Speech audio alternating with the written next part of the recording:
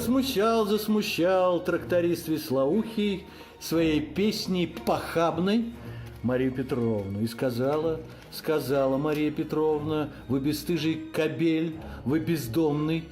И тогда тракторист веслоухий, по амнистии вышедший снова, размахал кулаками большими, и Мария Петровна готова. А потом мент пришел конопатый и, склонившись над телом, заплакал.